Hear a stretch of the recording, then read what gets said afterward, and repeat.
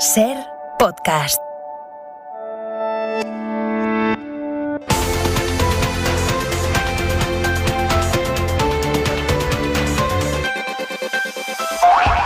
Acuerdo en el diálogo social para prorrogar los ERTEs hasta el 30 de septiembre. Desacuerdo absoluto en el Congreso en torno a los indultos que el Gobierno se dispone a conceder a los presos del Procés.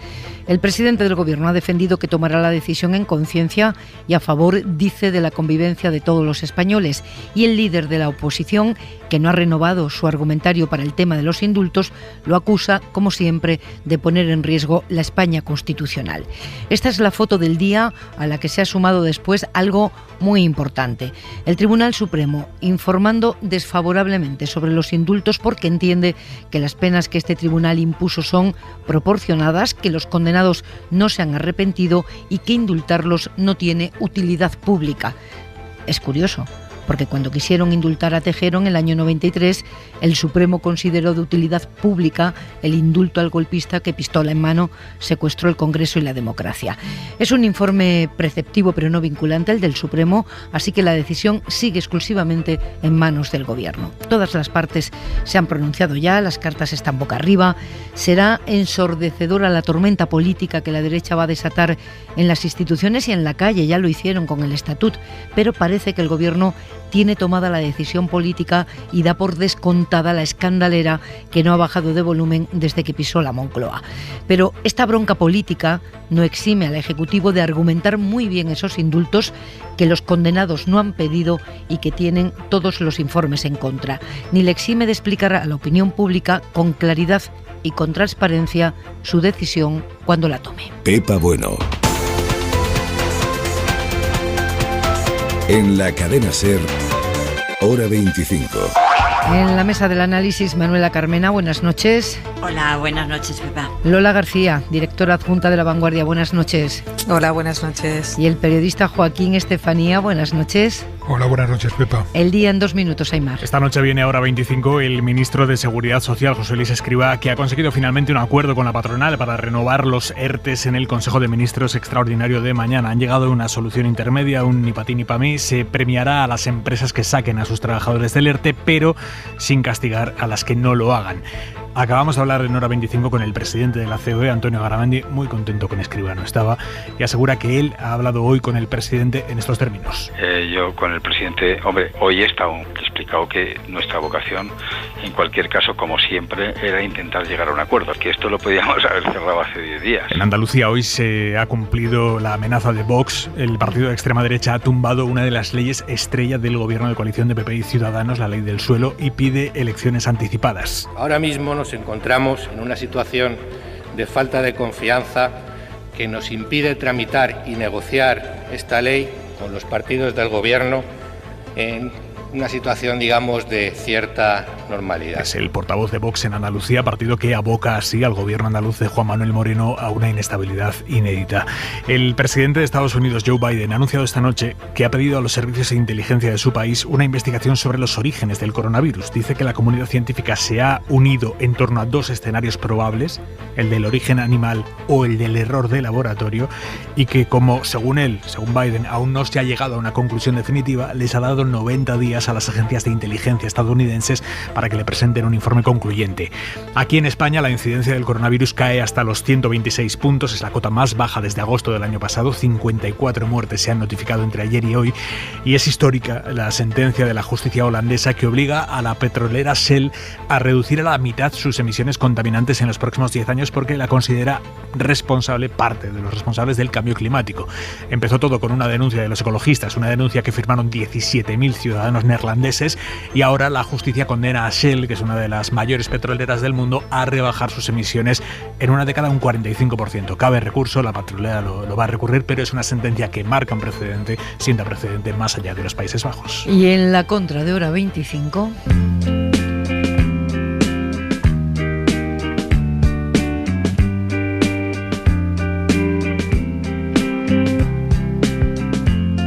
never thought that I could be so bold. Manuel Javois, buenas noches.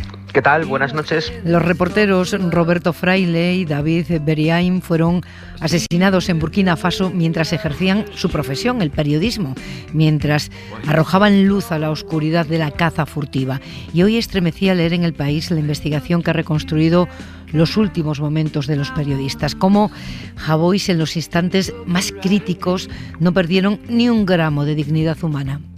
Después de 3 horas de tiroteo entre la patrulla del ejército de Burkina Faso que viajaba con ellos y los terroristas que se encontraron por el camino, en una zona sin leyes ni control, uno de esos lugares en los que matar no conlleva castigo. Y allí fue cuando hieren de gravedad los terroristas a Roberto Fraile, la patrulla empieza a quedarse sin munición. Los terroristas están mejor armados, tienen armamento pesado y según ha declarado un testigo en ese informe que hoy publica El País, se pronuncian las palabras que nadie quiere escuchar: hay que retirarse.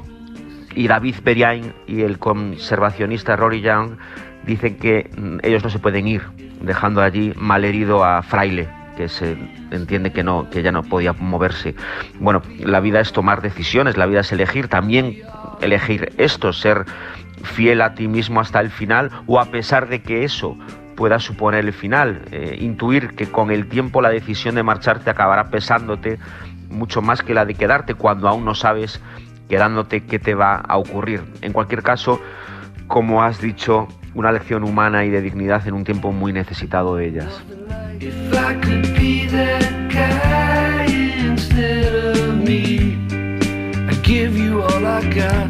Un beso, Javois, hasta mañana. Hasta mañana, un beso.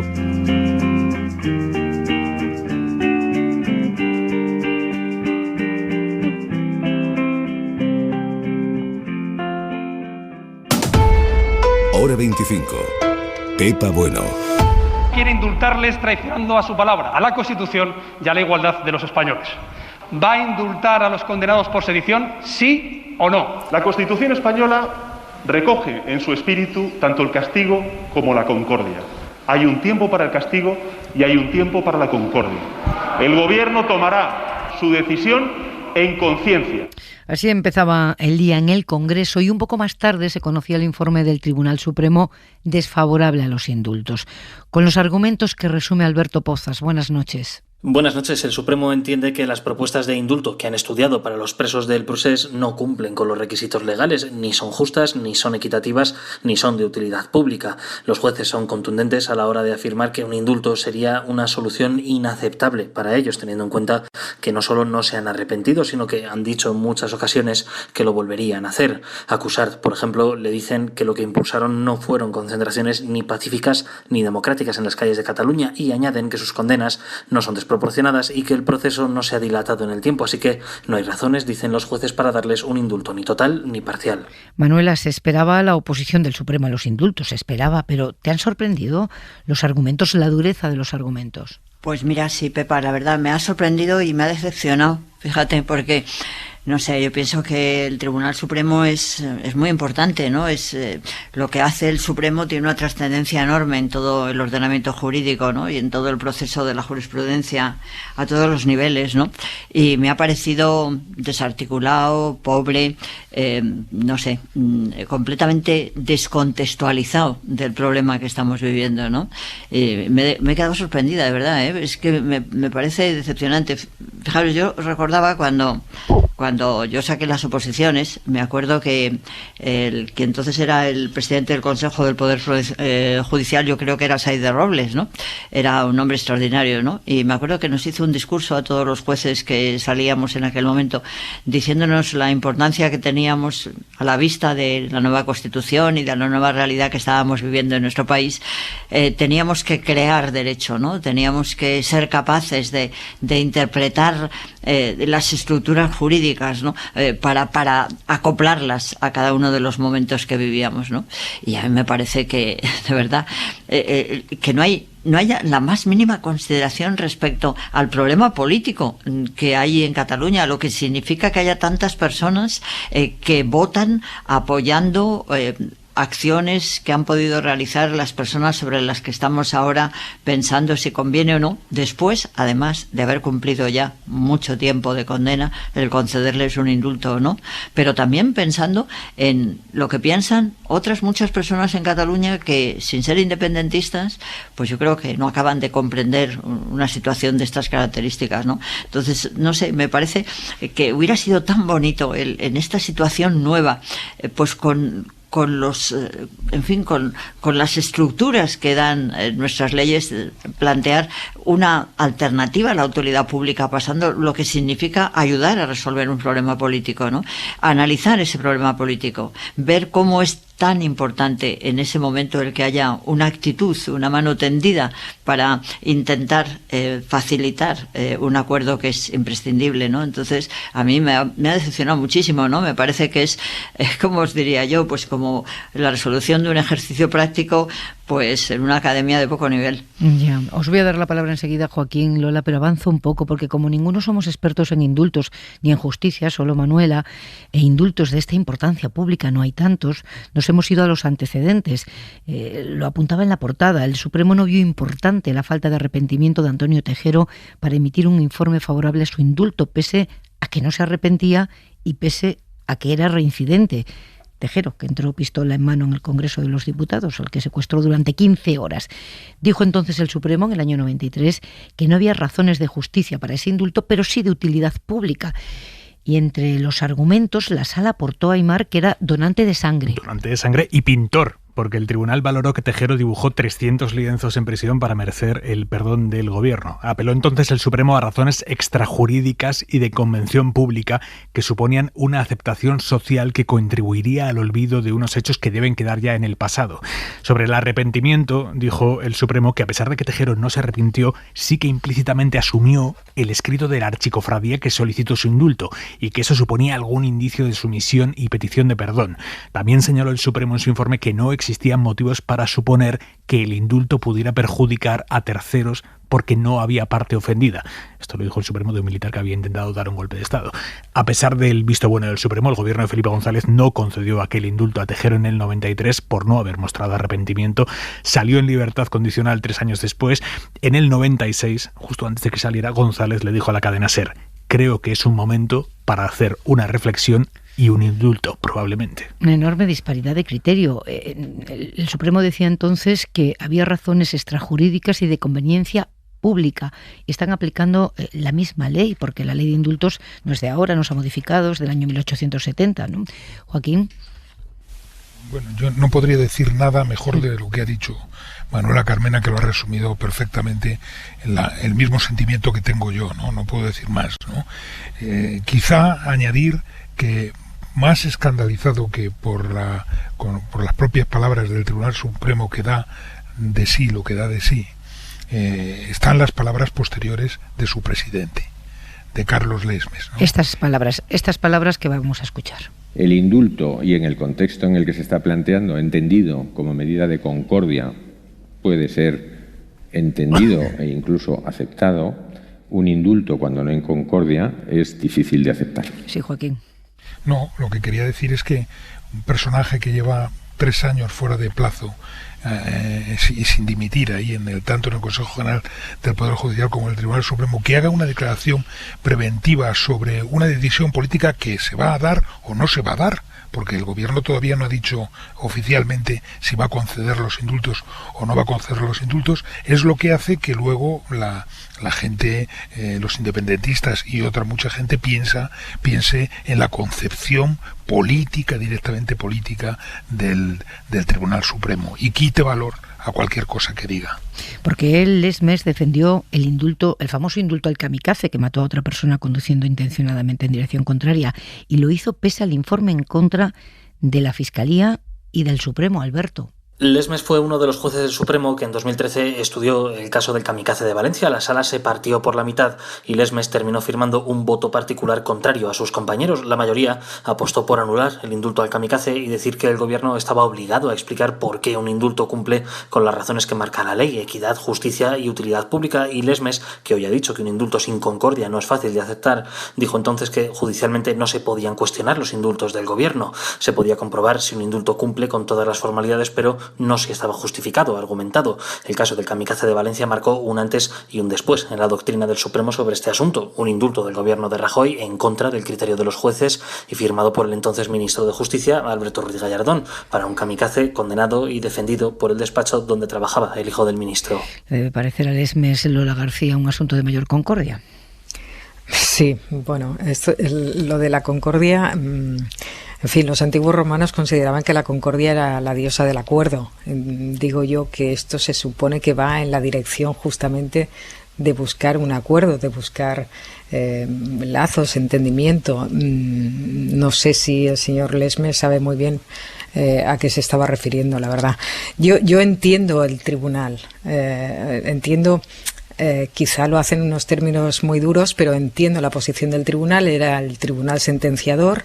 Es verdad que, en fin, pusieron unas penas de 9 a 13 años y han pasado 3,5, y supongo que el tribunal sentenciador pues puede defender que aún no han pasado suficiente tiempo. Es más, hace pocos meses se manifestó en contra de los terceros grados. Por tanto, me parece coherente la posición del tribunal sentenciador. Pero que el presidente del Tribunal Supremo efectivamente de forma preventiva haga una valoración tan política como esta, él no es quien para establecer si hay concordia o no y si esto favorece o no favorece la concordia. Claro, es que me parece, en fin, que está fuera de lugar absolutamente. Vamos a hablar con uno de los condenados en aquel juicio que sentenció el Supremo. Santi Vila es conseller de la Generalitat, cargo del que cesó el 26 de octubre del 17, después de no conseguir frenar la declaración unilateral de independencia que se produciría al día siguiente. Formar parte del ejecutivo de Puigdemont, Junqueras, que organizó el 1 de octubre, le valió entrar en la prisión de Extremera el 2 de noviembre de ese año. Salió 24 horas más tarde pagando 50.000 euros de fianza. En su caso, la jueza Lamela entendió que no había riesgo de reiteración delictiva. En octubre del 19 fue condenado en firme por desobediencia a 1 año y 8 meses de inhabilitación, que termina el mes que viene, en junio, y a 60.000 euros de multa. Fue absuelto del delito de malversación. Él, junto a Jordi Cuixart, fueron los únicos condenados que se pronunciaron ante el Tribunal Supremo sobre los indultos. Santi Vila, buenas noches. Muy buenas noches. ¿Cree que los indultos, que parece que concederá el Gobierno, pueden abrir un tiempo político nuevo en Cataluña, que es lo que el Gobierno está sugiriendo? Bueno, yo no sé si será así, pero así desearía que fuera, ¿no? Porque sin ningún tipo de duda nos ha costado mucho llegar a tener este clima, ¿no? En el que tanto desde el Gobierno de España como desde el Gobierno de la Generalitat se exhiba esta voluntad inequívoca de reconciliación, de compromiso, de cerrar un capítulo y un despropósito que nunca se tenía que haber dado en una sociedad moderna como la nuestra. Por lo tanto, yo creo que aquí, a pesar de que ya salta a la vista que esto va a ser un proceso muy, muy, muy, muy difícil, ¿no? Yo lo valoro muy positivamente. La Sala de lo Penal del Supremo preguntó a los condenados su opinión sobre los indultos que otros habían pedido para ellos. Usted, junto a Cuixart, fueron los únicos que respondieron al Supremo sobre el indulto. ¿Qué les dijo? Bueno, pues no, básicamente mi respuesta fue una respuesta formal, es decir, que hagan ustedes lo que tengan que hacer, ¿no? Yo creo que en estos momentos el tema que está sangrando es la de los políticos y los activistas que siguen en prisión. En los otros 3 condenados por desobediencia, efectivamente cumplimos el total de la condena este mes de junio ya, ¿no? Hemos pagado la multa. En mi caso concreto, yo lo he dicho públicamente que sentía muchísimo haber participado de unas decisiones que, vistas a posteriori, fueron sin ningún tipo de duda una equivocación. Eso es independiente de que yo considere ya que yo tengo que formar parte parcial o totalmente del indulto, porque como le digo, en mi caso personal ya no me afecta nada, pero sí que lo desearía, más que nada por el ansioso deseo de pasar página, ¿no? Y de que en Cataluña pues la reconciliación sea posible, porque a veces da la impresión de que aquí existe un problema entre Cataluña y el conjunto de España. Y no hay que olvidar que también existe un problema dentro de Cataluña, ¿no? Entre unos catalanes que ya no se sienten vinculados y representados por el ordenamiento constitucional, y otros muchos catalanes que se continúan sintiendo españolísimos, ¿no? Y este conflicto yo creo que solo se resolverá si vamos incorporando razón y sacamos emoción y sacamos sentimiento. Y si das un paseo por los pueblos de la Cataluña profunda, pues te das cuenta que la gente todavía se forma su opinión política con el corazón, con el sentimiento, ¿no? Tengo muchos amigos empresarios, muchos amigos, en fin, de todo tipo, que cuando ejercen su voto, quizás desde el punto de vista ideológico votarían en un sentido, pero a veces te dicen, yo es que ahora a esta gente que está en la cárcel no les puedo fallar. Dice, porque a pesar de que no comparto en nada lo que se hizo, pues finalmente, ¿no?, por una cuestión identitaria, tribal, dile como quieras, ¿no?, sí, pues se sienten vinculados a ellos. Usted ha reconocido. Hay que dejarlo atrás. Usted ha reconocido muchas veces que la vía unilateral fue un error, lo acaba de hacer aquí en directo de nuevo, pero sus ex colegas de Govern no dicen lo mismo. Esa actitud puede perjudicar el indulto y, sobre todo, le ponen muy difíciles las cosas al gobierno que va a defenderlos, ¿no? Bueno, la situación va a ser realmente difícil, porque fíjese que si cogemos una perspectiva un poco global, normalmente estas situaciones tan conflictivas, tan difíciles, ¿no? Analizamos lo que ha pasado en momentos muy difíciles en Israel, o lo que ha pasado en el País Vasco. Todos sabemos que siempre son los halcones los que firman la paz, ¿no? Nunca las palomas. Y me temo que en esta ocasión el PSOE son los halcones, son las palomas, quiero decir. Y en consecuencia, a mí me preocupa mucho que estos indultos, si finalmente se consiguen, que parece ser que esa es la voluntad decidida del gobierno de España, pues a mí me gustaría mucho que contaran con el concurso, o como mínimo un poco con una cierta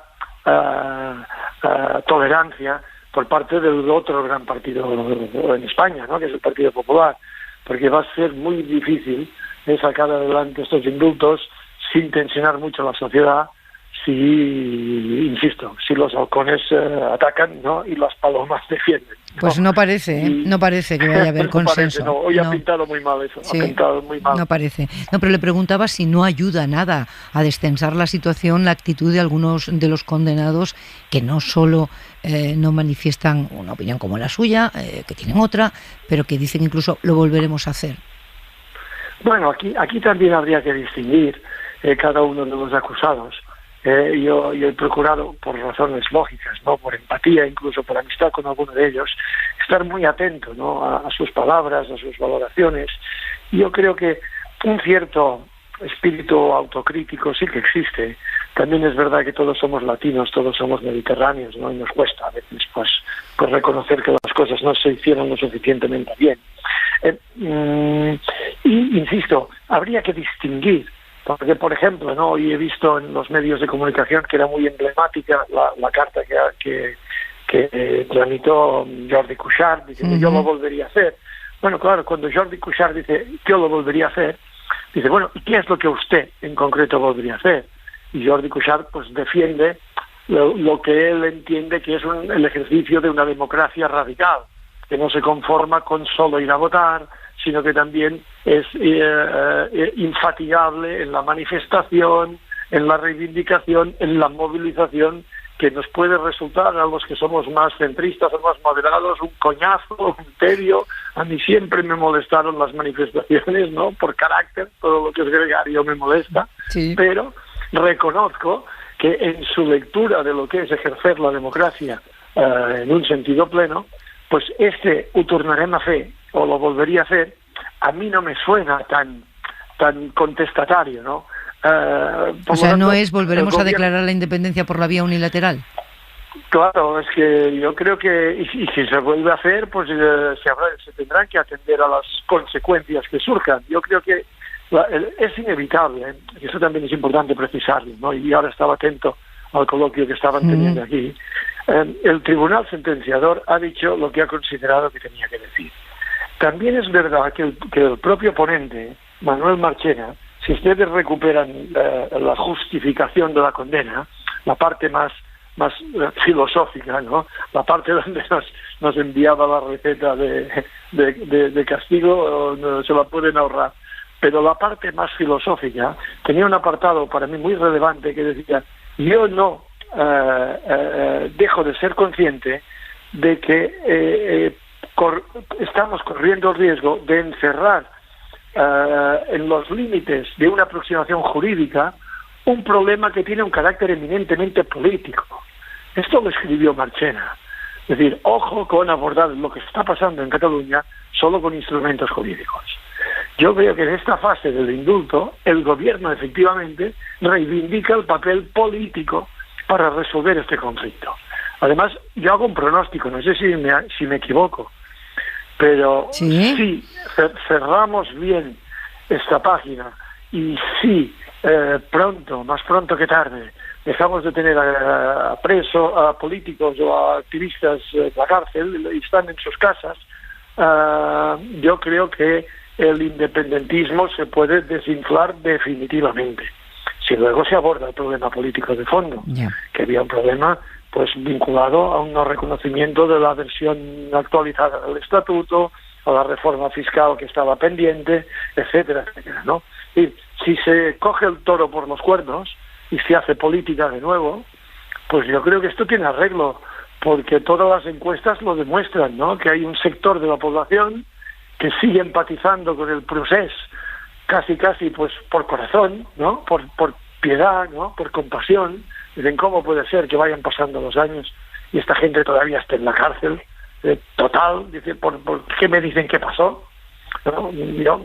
Entiendan que yo no he compartido nunca la idea de que aquello fue un golpe de Estado. Es una exageración tan despropósito como lo que hicimos, ¿no? Santi Vila, le agradezco muchísimo que haya estado esta noche compartiendo estas reflexiones con Hora 25. Muchas gracias. Un placer. Muchas gracias. Lola García es optimista con respecto a la capacidad que pueden tener los indultos en destensar la situación. Santi Vila es un optimista nato, siempre lo ha sido, porque él de hecho se queda hasta el último momento en el gobierno pensando que puede hacer cambiar de opinión a Carles Puigdemont y a Oriol Junqueras, o sea que el optimismo no le falta. Sí que de algunas cosas que ha dicho es cierto que todo este tema del arrepentimiento, ¿no? Es que el arrepentimiento es como un concepto, yo no lo veo como un concepto jurídico, a mí me parece más un concepto casi pues moral o incluso, no sé, me suena católico, ¿no? El arrepentimiento, la ley de indultos no prevé que haya un arrepentimiento como tal. Lo que en todo caso prevé es que el tribunal puede dejar constancia de si ha visto pruebas de arrepentimiento en esa persona como un factor más, un elemento más para mostrarse favorable a un indulto. Pero eso no es preceptivo para que haya un indulto.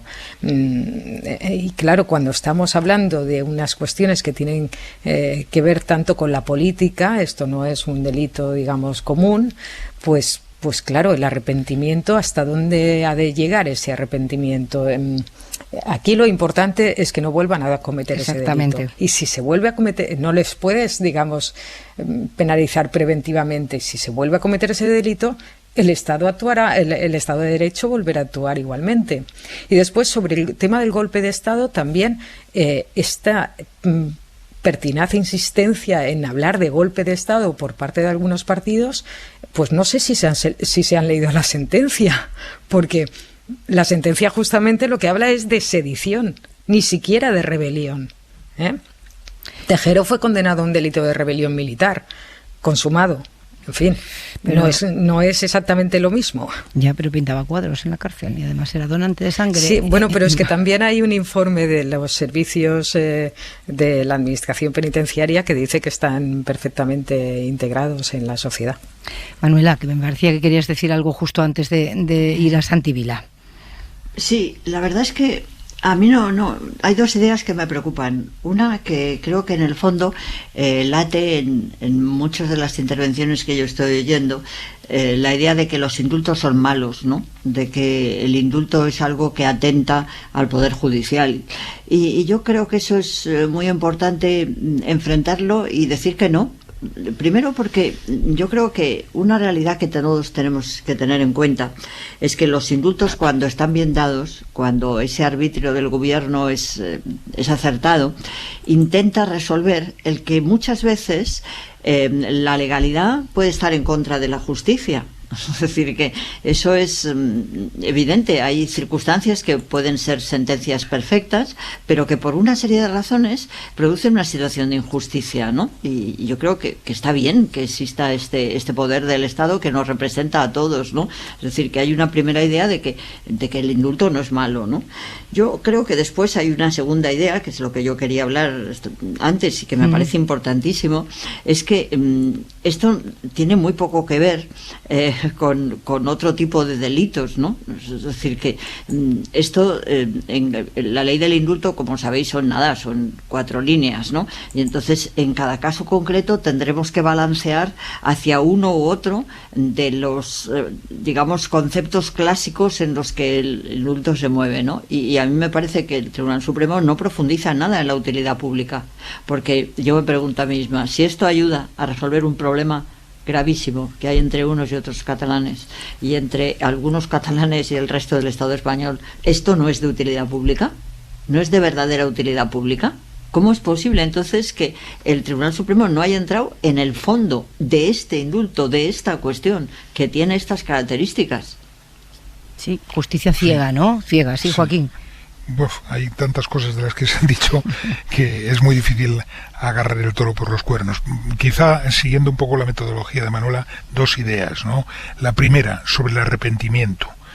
Bueno, el arrepentimiento es un elemento más en un indulto. Es decir, el arrepentimiento juega un papel central cuando las instituciones que se han manifestado previamente, el Tribunal Supremo, la Fiscalía, la Abogacía del Estado, etcétera, etcétera, están en contra, y entonces el arrepentimiento, digamos, juega una fuerza de vector en sentido contrario para ayudarlo, ¿no? Para ayudar a que se realice el indulto. Pero claro, en este caso el arrepentimiento, el no arrepentimiento se añade de alguna manera y complica más la vida al gobierno a lo que piensa el Tribunal Supremo y lo que piensa la Fiscalía y en parte también la Abogacía del Estado, ¿no? Sobre todo cuando hay algunos de los presos que escriben o dicen lo repetiríamos, ¿no? Entonces, en este sentido, no creo que esa ausencia de arrepentimiento ayude a arreglar este problema.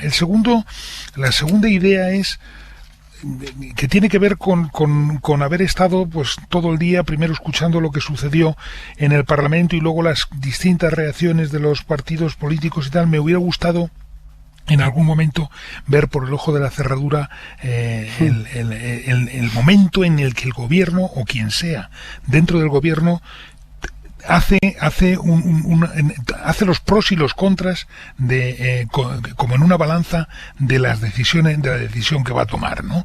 Y yo, después de oír todas estas cosas, pienso que los argumentos ya están de sobra. Todos sabemos ya lo que se argumenta aquí. En estos momentos con lo que se está trabajando no son con argumentos, son con intereses. Los presos con el interés, evidentemente, de salir después de haber estado 3 años y medio en la prisión. El gobierno con el interés de seguir gobernando porque va a necesitar casi con toda seguridad los diputados de Esquerra Republicana de Cataluña para seguir avanzando en la legislatura. Y la oposición con el interés casi exclusivo de hacer caer al gobierno. Entonces, trabajemos con el concepto de interés y con el concepto de argumento, porque eso es lo que yo creo que está desnudamente ocurriendo, aunque lo disfracemos de otras cosas. Pues mira, vamos a hablar ligeramente de política, porque ya hemos escuchado el tono de la sesión de control al Gobierno hoy en el Congreso. A esta hora de la noche toca empezar a preguntar por los movimientos dentro de los partidos y las estrategias para explicar y gestionar políticamente los indultos.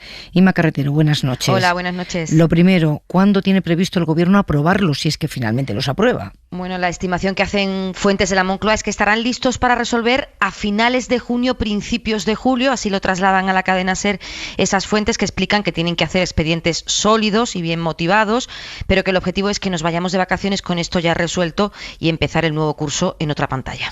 En el Consejo de Ministros y en el círculo más cercano a Ferraz parece que hay prácticamente unanimidad en torno a dar este paso, pero ¿eso se extiende a todo el PSOE y a los líderes territoriales, Inma? No se puede decir que haya un cuestionamiento abierto de la decisión, pero el debate es incómodo para muchos en el PSOE y vaya por delante que la propia dirección federal admiten que hay vértigo a la hora de ejecutar. En público se ha pronunciado esta tarde Guillermo Fernández Vara a través de un tuit en el que ha dicho que no debe ser indultado quien no quiere serlo porque no respeta ni cree en las leyes que lo hacen posible y que los problemas de convivencia no se resuelven mientras nadie quiera.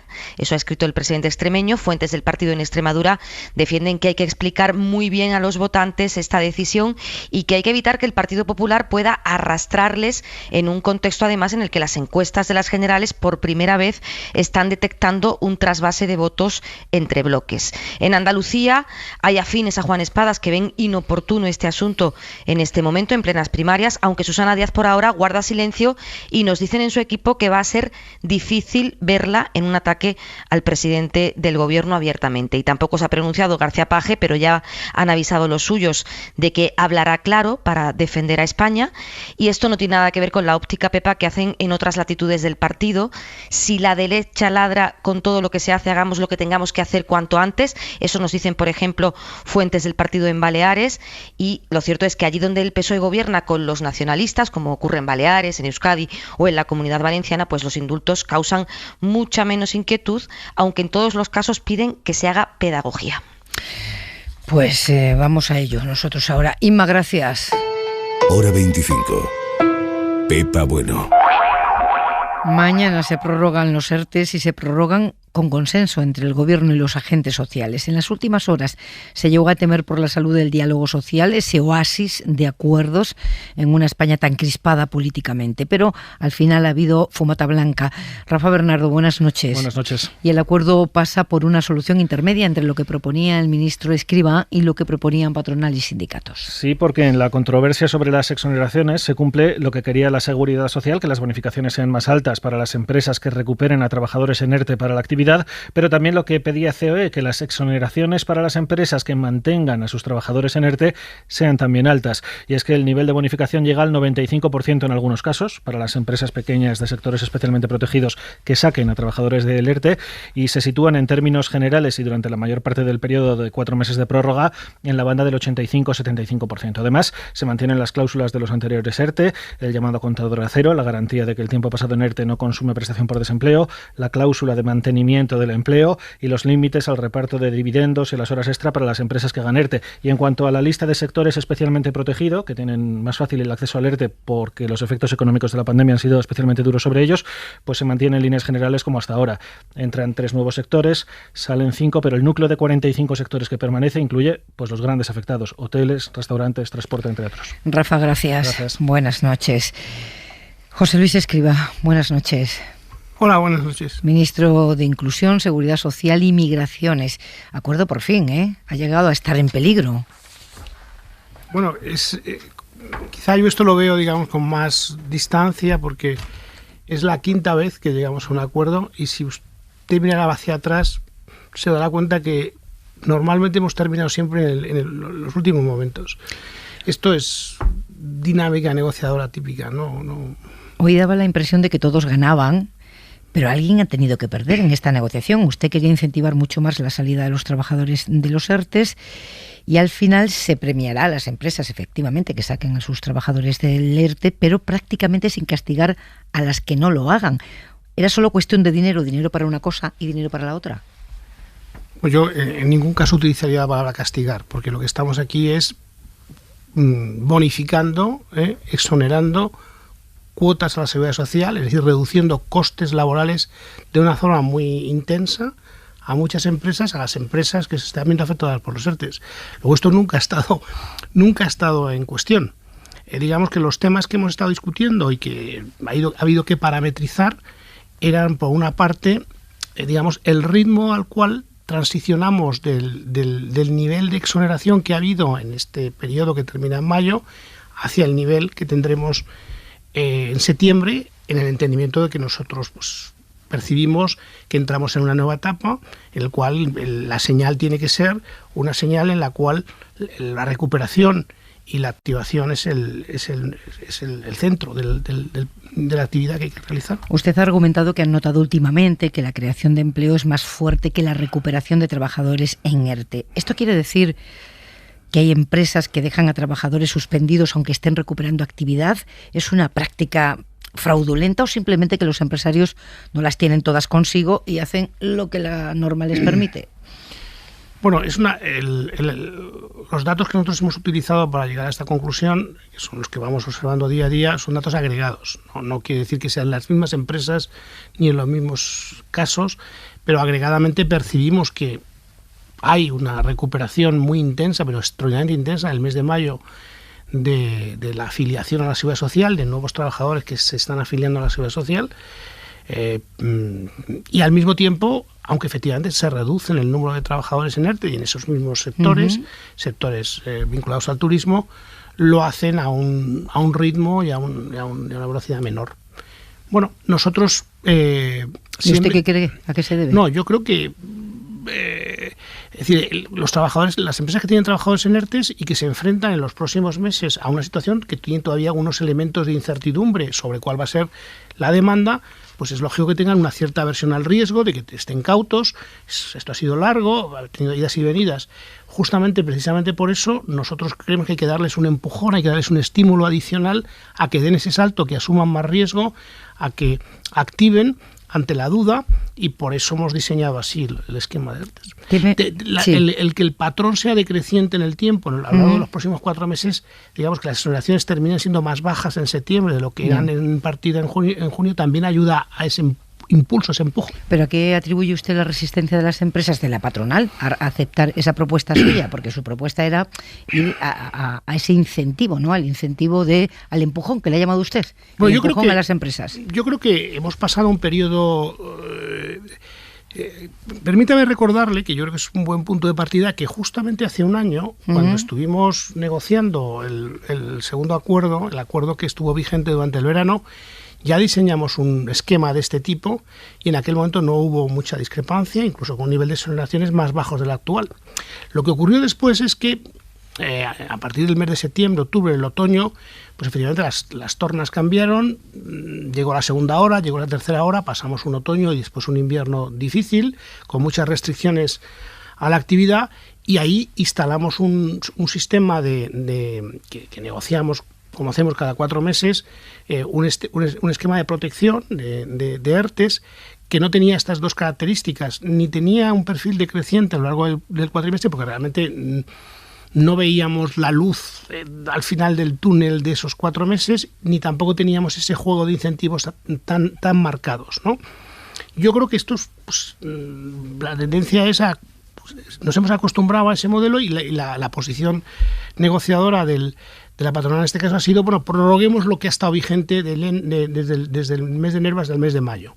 Bueno, hay que mantener un nivel de protección y un esquema similar. Nosotros hemos puesto encima de la mesa, y al final hemos juntado el punto de equilibrio, que al mismo tiempo que había que mantener la protección para todas aquellas empresas que seguían con restricciones administrativas y con dificultades, estábamos en una nueva etapa, claramente, con la vacunación, con la nueva situación de recuperación y las perspectivas de demanda distintas, y había que marcar ese aspecto donde ahora ya el énfasis también tiene que ser no solo en la protección, sino en la creación de empleo y en la activación de trabajadores. Ha estado en hora 25 de los negocios el presidente de la patronal, Garamendi, y ha dicho esto. yo con el presidente, hombre, hoy he explicado que nuestra vocación, en cualquier caso, como siempre, era intentar llegar a un acuerdo. Y bueno, en ese sentido, lo que he trasladado al presidente es, bueno, pues que por parte nuestra vocación era intentar llegar al acuerdo. Y si le tengo que decir, o si te tengo que decir, que cuando hemos llegado al acuerdo ahora a la tarde y el comité ejecutivo, primero los sectores afectados y luego el comité ejecutivo por unanimidad nos han dicho que adelante, pues hombre, sí le envía un mensaje transmitiéndole el acuerdo, ¿no? Ministro, ¿la negociación estaba tan rota que ha tenido que mediar el presidente del gobierno? Bueno, no es lo que he entendido de lo que se ha dicho. Justo después, ya que me ha puesto esto, justo después de ver ese encuentro en el que estaba el presidente del gobierno, minutos después hemos tenido la reunión con el señor Garamendi y con una de sus colaboradoras, justo después de estar con el presidente del gobierno, y en esa reunión le hemos presentado un acuerdo y nos hemos puesto de acuerdo. Pero ha sido después el señor Garamendi me ha llamado para felicitarme a mí también. O sea, me ha dicho que también le había mandado un mensaje. ¿Y el presidente? ¿Qué? ¿Qué le ha dicho el presidente? El presidente del gobierno, pues sí, también me manda un mensaje, sí. Ya, ha sido la negociación más dura, porque tenemos esa impresión, ¿eh? No, ha sido por de ejemplo, alto voltaje, ¿no? Mire, fue más difícil la negociación en el mes de octubre, claramente, en el cual marcamos algo que después ha pervivido hasta ahora, que son los sectores estos ultraprotegidos. La patronal no quería lo que yo alguna vez he llamado café para todos, no quería discriminar entre sectores. Nosotros veíamos que había muchos sectores que ya habían salido en octubre, que ya no tenían restricciones administrativas porque se estaba concentrando mucho en el sector turístico entre las actividades y teníamos que concentrar ahí el esfuerzo.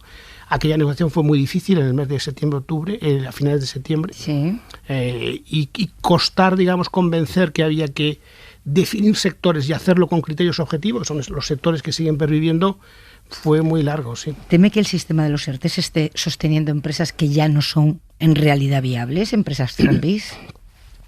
Pues muy afortunadamente, cuando uno mira con detalle los datos de una forma granular, no tiene esa conclusión, porque lo que uno observa es que los sectores, digamos, las empresas que en este momento están en ERTE, están en los sectores que realmente están genuinamente afectados por las restricciones administrativas y por la falta de movilidad. Estamos hablando de los hoteles, estamos hablando de los restaurantes, estamos hablando de las agencias de viaje y transporte aéreo y algún otro tipo de modalidad de transporte. Ahí se concentra el grueso. No vemos, como ocurrió en la crisis anterior, que el impacto sea más generalizado, lo que llamamos efectos arrastre sobre el resto de la economía, resultado de un impacto más grande en una parte de la economía que se extiende con una mancha de aceite. En este caso no. Y por lo tanto, en la medida en la cual sabemos bastante bien cuál es la razón por la cual estas empresas están en este momento con una situación de actividad limitada, en la medida que se vaya, y tenemos esa expectativa clara ahora en este momento, se vaya a las causas que lo están produciendo, se desaparezcan, pues tendremos una recuperación. Ministro, este momento ya lo habíamos anticipado, en alguna otra entrevista lo hablábamos con usted, ese momento en que había que empezar a desenchufar la economía española de la respiración asistida. Eso iba a llegar y probablemente sea de lo más controvertido que vamos a tener en el horizonte, ¿no? Sí. ¿A qué ritmo, de qué manera? Porque además se han prorrogado los ERTEs hasta el 30 de septiembre. ¿Qué pasa después? ¿O qué debería pasar después? Bueno, primero, lo primero que habría que decir es que estamos hablando de que el número de trabajadores en ERTE y con exoneraciones de cuotas a la seguridad social, es decir, con ERTEs de los que estamos hablando, está en torno a los 400.000 trabajadores, hubo 3,5 millones. Para que se hagan una idea, 400.000 trabajadores es como 2% de todo el empleo que hay en España. Nos quedan el 2%. Primer punto, de lo que estamos en algo relativamente acotado en términos de afectación por parte de la crisis en este momento, muy afectado. Lo lógico es que de esos 400.000, en el periodo que nos lleve hasta septiembre, pues hay una gran activación. Luego ya verá usted cuando lo que haya que desenchufar va a ser muy poquito en el mes de septiembre. Y en cualquier caso, en este acuerdo, por cierto, hemos también llegado a un acuerdo hoy con los autónomos, porque también hay una prestación paralela de los autónomos, que la hemos también acordado con las 3 asociaciones de autónomos justo en el día de hoy, que lo que tiene es un perfil, por ejemplo, en el caso de las exoneraciones de las cuotas a la seguridad social para los 400 y pico mil autónomos que en este momento tienen esa prestación, que irá siendo decreciente en el tiempo. La idea es que vayamos transitando gradualmente a una situación en la cual, pues efectivamente, habrá que levantarlos. Habrá un momento en que este tipo de estímulos no sean necesarios. Joaquín Estefanía, cuando quieras.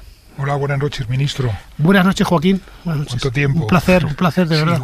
Igualmente. Mire, le quería preguntar una cosa y abusar de que he sido el presidente para hacer dos preguntas en vez de una. Sí. La primera es, ¿en qué momento vamos a poder hacer el balance del coste que ha tenido para las arcas de la Seguridad Social las exoneraciones en todo este tiempo? Por ejemplo, hasta finales de septiembre, que es lo que se ha conseguido hoy, ¿no? Y la segunda pregunta no tiene que ver nada con esto, pero claro, ya que está aquí se lo tengo que preguntar. ¿Se han acabado los problemas de la aplicación del ingreso mínimo vital? ¿Está cobrando el ingreso mínimo vital toda la gente que necesita y que tiene las condiciones para cobrarlo? ¿O seguimos con aquellos problemas burocráticos que durante tanto tiempo nos conmovían todos los días? Bien, el coste pues es decreciente en el tiempo. Le puedo decir que lo que hemos acordado hoy habrá que ver, porque dependerá de cuántos trabajadores se activan, cuántos no, los autónomos. Pero bueno, la estimación del coste fiscal, digamos, incluyendo exoneraciones y prestaciones que estamos dando a trabajadores asalariados y autónomos en estos 4 meses, pues puede rondar los 3.500 millones de euros. Estamos hablando de una cifra infinitamente más baja de la que, por ejemplo, por los 20 y tantos mil millones que tuvimos el año pasado. Es decir, que el coste va decreciendo en el tiempo porque, como ven, el número de trabajadores y empresas afectadas pues va reduciéndose y se va reduciendo más. Por lo tanto, este año va a ser el saldo final lo sabremos. Ojalá que en septiembre podamos decir que ya podemos, digamos, cerrar capítulo y carpeta y hacer el cálculo preciso de lo que ha sido en el año 2021, pero estamos hablando ya de costes claramente decrecientes en el tiempo, afortunadamente. ¿Está cobrando el ingreso mínimo vital? ¿Quién debe cobrarlo? En este momento estaremos hablando de que en este momento están cobrándolo unas 700.000 personas. Son 300.000 hogares aproximadamente. Hemos recibido 1.300.000 solicitudes. Hemos resuelto la mitad, 1.100.000. 1.100.000. Nos quedan 200.000. Nuestro cálculo es que la Seguridad Social, al ritmo al que está tramitando, estará ya, digamos, sin a cero, digamos, pues en unos cuantos meses. Han resuelto y han denegado, por lo tanto, entre 700.000. Se están denegando muchísimas peticiones. Puedo decirle, se están denegando muchísimas peticiones por exceso por lo que llamamos el criterio de vulnerabilidad, porque tienen rentas y patrimonio claramente por encima de lo que son los umbrales que hemos definido. Lo que estamos ahora haciendo en este momento es algo que además es novedoso a nivel mundial, y es que nosotros habíamos hecho una estimación a priori de aquellas familias, hogares, unidades de convivencia que pensábamos que debían recibirlo, y ya con 1.300.000 sabemos de esos cuántos nos lo han pedido verdaderamente o no.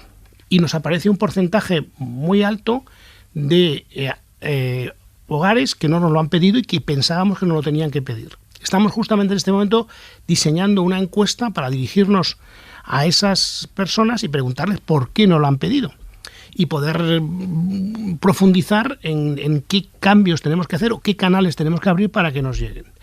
¿Y tienen cuantificada esa bolsa de personas que tendrían derecho al ingreso y que ni siquiera lo piden? Estamos todavía estimándolo, pero puede estar hablando de 300.000. ¿Tantos? Sí, es un número muy elevado.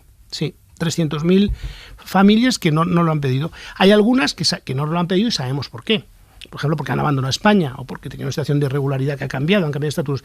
Pero hay un porcentaje muy alto que no nos lo han pedido. Y hay otras que sabemos que tenían problemas en definición. Es decir, hay distintas situaciones, pero esto es lo que no es inhabitual, en prestaciones de este tipo. Estamos hablando de personas extraordinariamente vulnerables, en exclusión social completa, que ni siquiera a través de las organizaciones no gubernamentales, de los servicios sociales te llegan. Entonces tenemos que intentar por qué no se aproximan a nosotros, teniendo en cuenta que el tema ha sido de un éxito generalizado. Para que se hagan una idea ustedes de lo que estamos hablando, las comunidades autónomas que han estado gestionando las rentas mínimas, que es el modelo existente hasta ahora durante 25 años, en el momento máximo que llegaron, en el año 2019, llegaron a 250.000 hogares. Nosotros estamos ya en un año en 300.000. Por tanto, el ritmo al que estamos comparando cómo estas prestaciones se van desplegando, nos estamos desplegando a un buen ritmo.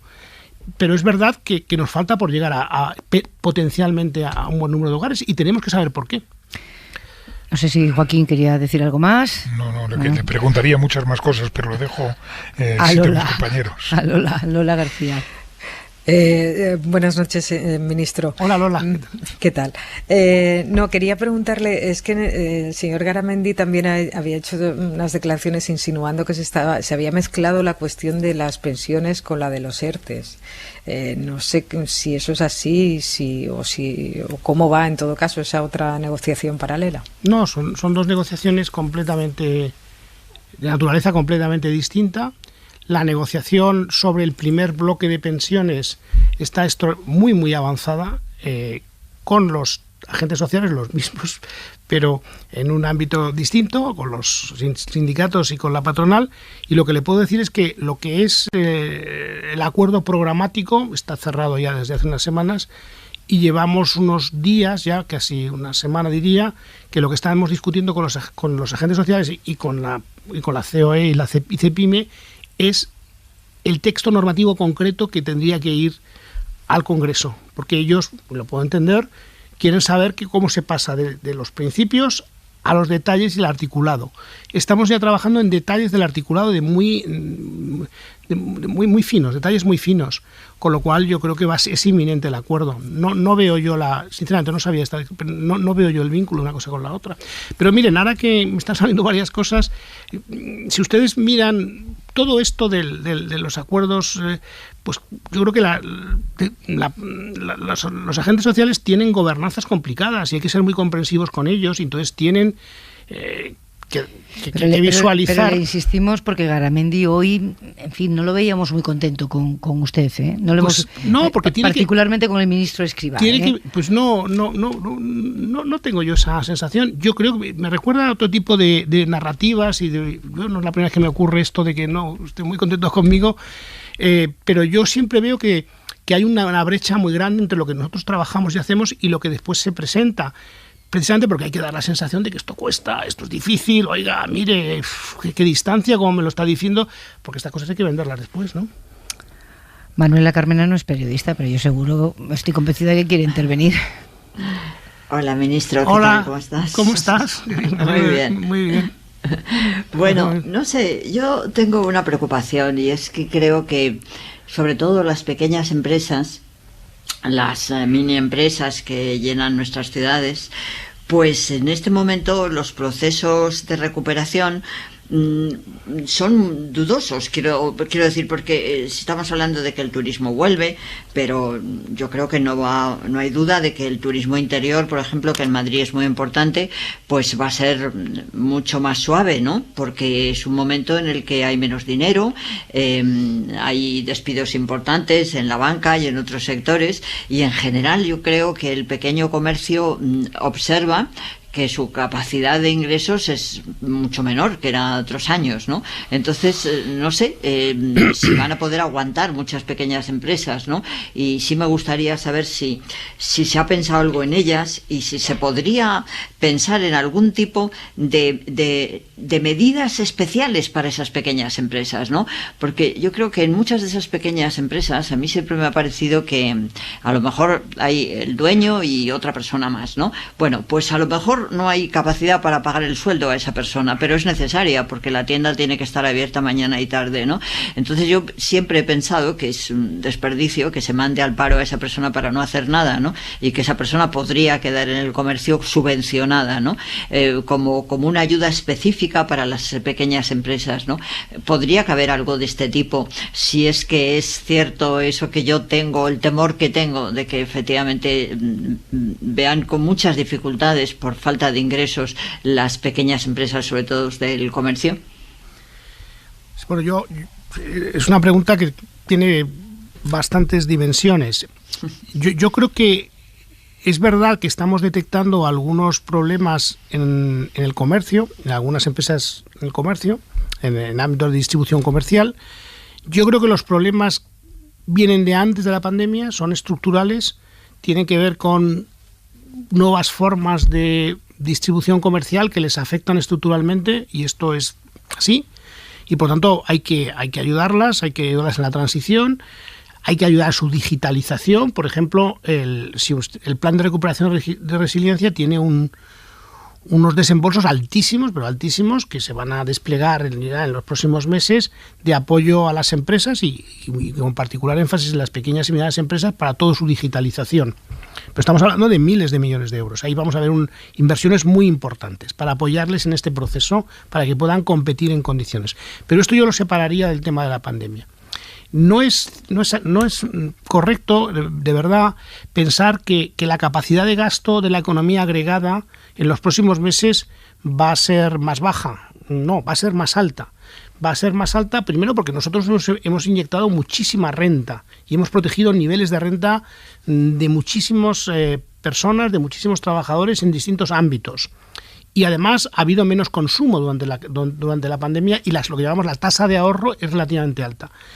Históricamente, después de procesos como la pandemia, suele haber un boom de consumo y suele haber, porque hay gasto retenido que sale de repente y hay unos años en los cuales, por lo tanto, yo creo que desde el punto de vista del nivel agregado de gasto, no estaría yo particularmente preocupado. No nos hable de nivel agregado, ministro, que no somos economistas. Bueno, quiero decir, cuando digo esto quiero decir que el efecto va a ser, en términos generales, no deberíamos esperar problemas. Lo que no quiere decir es que haya sectores específicos, empresas, que por razones idiosincráticas pues tengan alguna afectación. Y para eso, digamos, hay que diseñar políticas específicas. Pero añadir que en todo el diseño que hemos estado haciendo nosotros hemos tenido un particular preocupación en las pequeñas empresas. De hecho, no lo hemos dicho, pero estos coeficientes de exoneración son diferenciados.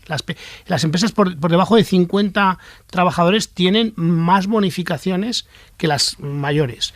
Y además, este concepto de incentivación que nosotros hemos planteado durante estos últimos meses implica que si ese trabajador que está activado, aunque esté trabajando, cuando esté trabajando y no esté inactivo en esa pyme, nosotros le estamos exonerando las cuotas a la Seguridad Social en gran medida.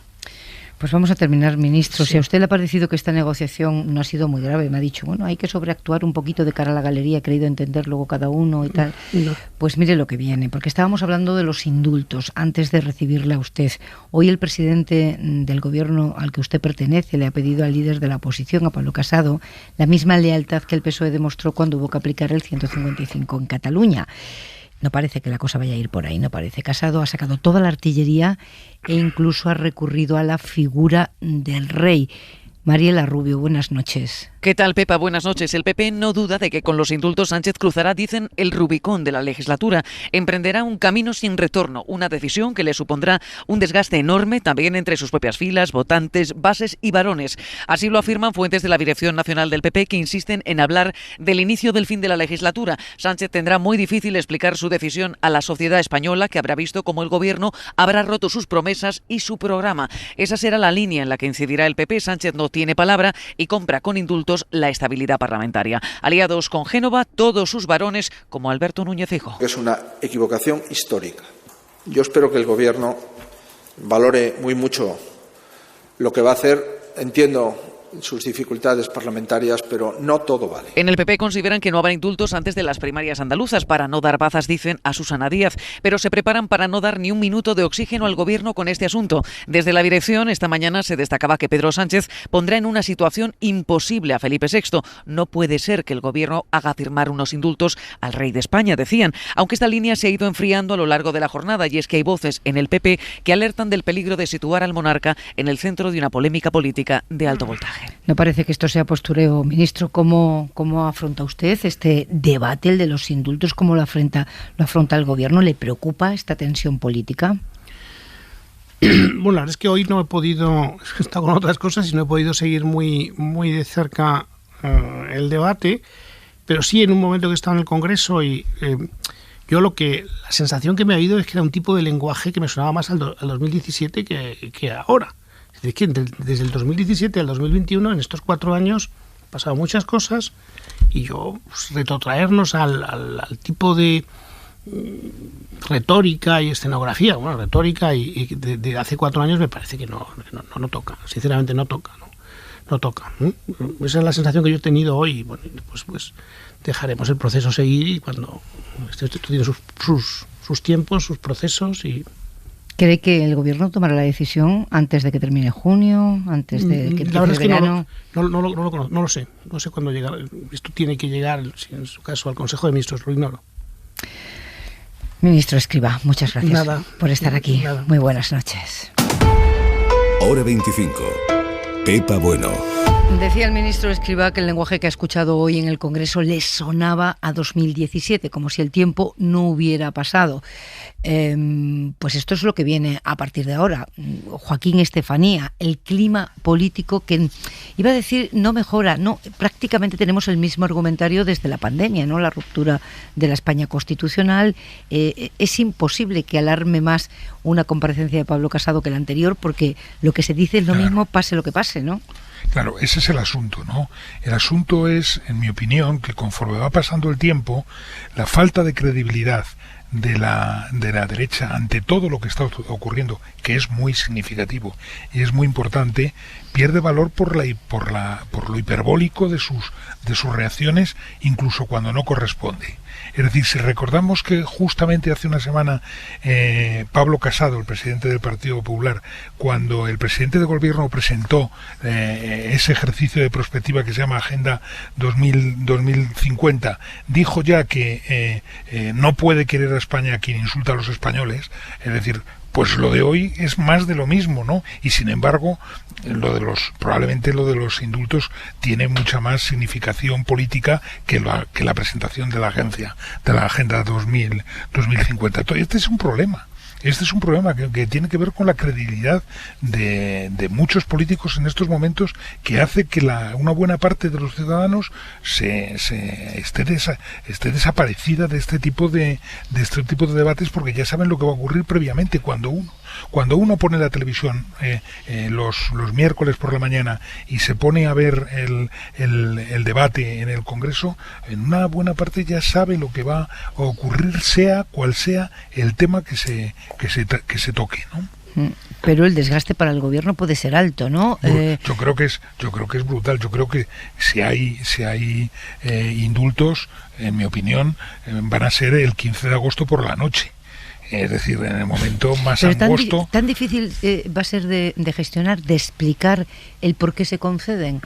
Manuela, ¿es tan difícil explicar ese contexto que tú le reclamabas al Tribunal Supremo? Yo creo que no, por eso a mí me parece tan importante reivindicar el indulto, ¿no? Como un instrumento necesario siempre en el equilibrio entre los poderes y en el marco del desarrollo de nuestro ordenamiento jurídico, ¿no? Pero junto con eso, yo creo que a veces, igual que por ejemplo cuando hablábamos de todo el tema de la contaminación y toda la que se lió, recordábamos lo que había pasado con el tema de prohibir fumar, ¿no? Yo creo que ahora deberíamos recordar lo que pasó y cómo se solucionó el problema con el País Vasco, ¿no? Porque acordaros la que en un momento concreto se armaba cada vez que alguien decía que se estaba negociando. Yo me acuerdo que era, bueno, pero unas descalificaciones impresionantes. Usted ha traicionado a los muertos, nada menos. Bueno, unas cosas las que se decían. Oye, yo siempre digo que es difícil que consigamos resolver bien el problema de Cataluña, pero era mucho más difícil resolver el problema del terrorismo en el País Vasco. Y lo resolvimos. ¿Y cómo lo hicimos? Lo hicimos hablando. Entonces lo que yo quiero decir es que ahora hay que plantear que hay que resolver el problema de Cataluña. A mí me ha encantado ir a Santi Vila, que además os digo que leí su último libro y me encantó, pero que sinceramente es que él expresa algo que es necesario, es que puede mejorar. Entonces yo no creo que hay que apoyar y ligar tanto a la necesidad, digamos, de los votos que puede precisar el gobierno en el Parlamento para determinadas decisiones, no, sino a un objetivo absolutamente respetable, que es mejorar de una manera definitiva la situación entre unos y otros catalanes, vuelvo a repetir, y entre catalanes y las otras personas de España, ¿no? Entonces podemos hacerlo. Y entonces es muy importante, y yo por eso creo que hay que con mucha reflexión y con mucha prudencia, pero hay que explicar que este es un instrumento útil y que tiene que valer precisamente para mejorar, para buscar una salida de un problema que tenemos, porque tuvimos problemas mucho más difíciles de resolver y los resolvimos. Lola, ¿qué va a recibir el gobierno desde Cataluña? Mira, hemos escuchado a Pere Aragonés diciendo que esta no era su apuesta, pero que bienvenida sea cualquier medida que ahorre sufrimiento a los que están en la cárcel. Pero los compañeros de la SER en Cataluña han preguntado en nombre nuestro a Junts y a la CUP por su opinión específica sobre los indultos, sobre esta medida de gracia que puede poner, si es que se aprueba, si es que el gobierno la aprueba, es indulto parcial, pero que puede poner en la calle a estas personas que ahora mismo están en prisión. Y nos han dicho, bueno, cuando se plantee ya veremos, como si fuera algo que no tiene que ver con ellos. Bueno, los sectores más radicales yo creo que son conscientes de que si los indultos se producen, evidentemente la inflamación baja y eso es lo que precisamente a ellos no les interesa, ¿no? Por lo tanto, es normal que determinados sectores pues de la CUP y algunos de Junts pues tampoco es que, en fin, no es que los vayan a rechazar, los que están dentro de la cárcel. Yo he tenido oportunidad de hablar con la mayoría de ellos y están deseando que se produzcan, efectivamente. Los indultos. Pero sí, y tanto que sí. Y vamos, sin discusión. Pero es verdad que políticamente para algunos sectores radicales pues esto es como, ¿no? Como si les hubieran cambiado las vías del tren, ¿no? De repente ¡pop! hay un cambio de agujas y pasas a ir por otra vía. No quiero decir que esto resuelva el conflicto, porque ojalá fuera así de fácil, siendo todo lo difícil que es. Pero yo creo que es un paso necesario, aunque no suficiente. O sea, es algo que hay que hacer, porque hay que pensar también en lo que supone. O sea, durante estos últimos años, sobre todo en el 2017, cuando había tanta tensión, y en el 2018, yo escuchaba mucho hablar de la ruptura de la convivencia, de la fractura social. Bueno, pues hay que pensar también lo que supone para los que vivimos aquí en Cataluña. Y si miramos, ya no te diré encuestas o lo que apreciamos cada uno de nosotros en la calle con nuestros entornos, no solo vemos que hay una gran mayoría de la gente que está a favor, sino que además, si te fijas en la composición del Parlamento de Cataluña, pues ahora mismo sumamos a Partido Popular, Ciudadanos y Vox, que son los que están en contra, y son 20 de 135 escaños. Ya, pero en el conjunto de España no, pero habrá que empezar por aquí. Sí, y la coyuntura además dice que el Partido Popular sube las encuestas. Eso puede ser flor de un día, producto de pero al final la mayoría absoluta Popular, de Madrid.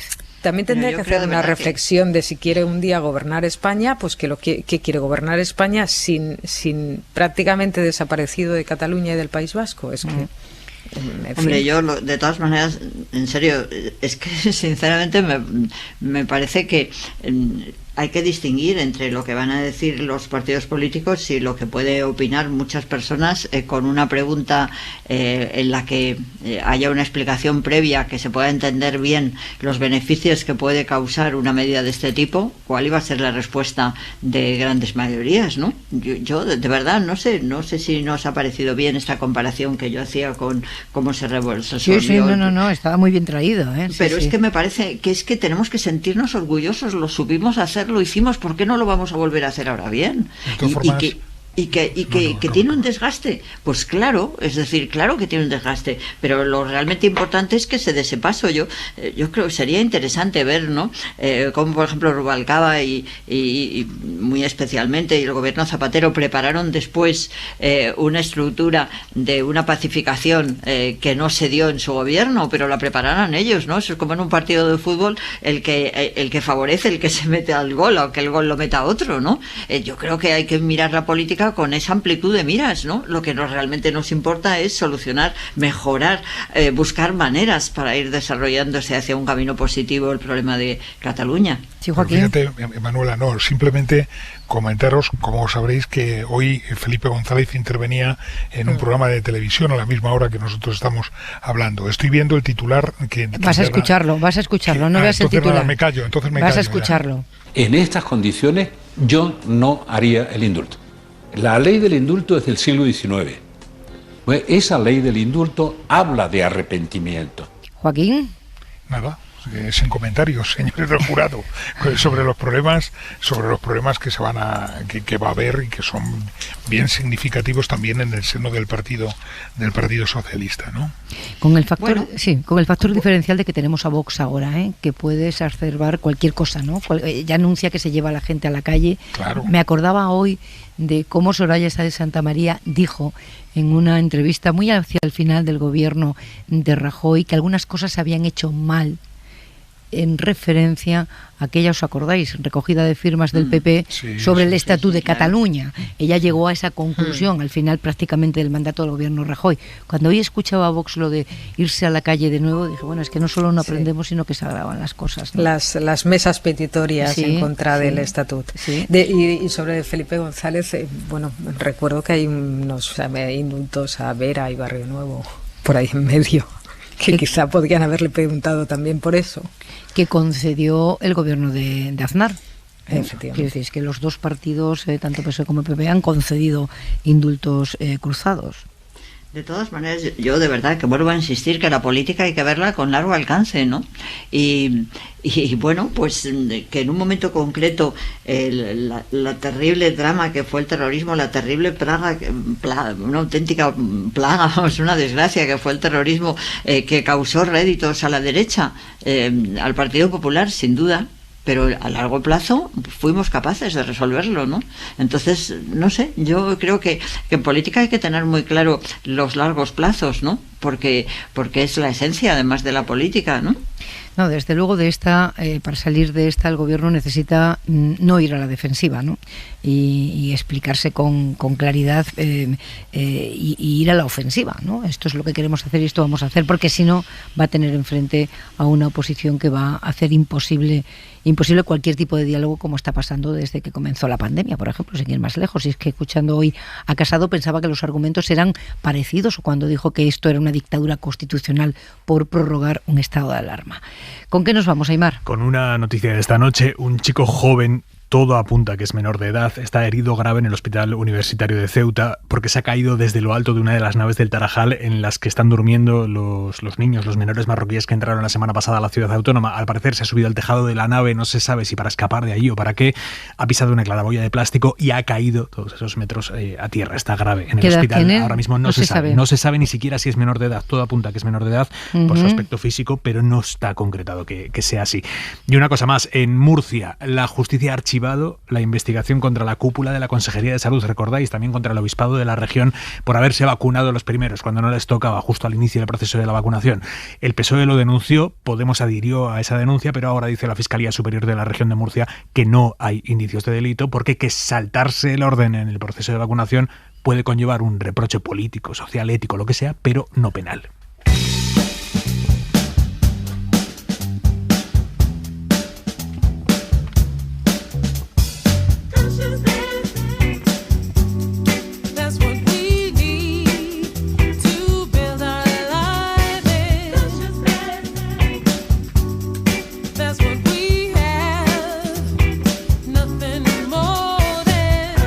Pues así hemos llegado un día más al final de este Hora 25 que hemos compartido con Manuela Carmena. Una alegría tenerte aquí. Buena semana. Igualmente, buenas noches a todos. Un beso también para Joaquín, Estefanía. También me alegra mucho tenerte aquí. Y a mí estar contigo. Un abrazo. Lola García, que no solo nos vamos de viaje juntas, que de vez en cuando nos toca trabajar formalitas cada uno en su sitio. Formalitas. Un beso, Lola, gracias. Venga, un beso, hasta pronto. Que descansen ustedes, volvemos mañana.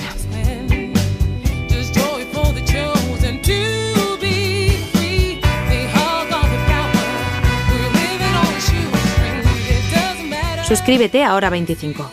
Todos los episodios y contenidos adicionales en la app de Cadena SER y en nuestros canales de Apple Podcast, Spotify, iVoox, Google Podcast y YouTube. Escúchanos en directo en la SER de lunes a viernes a las 8 de la tarde. Cadena SER. La radio.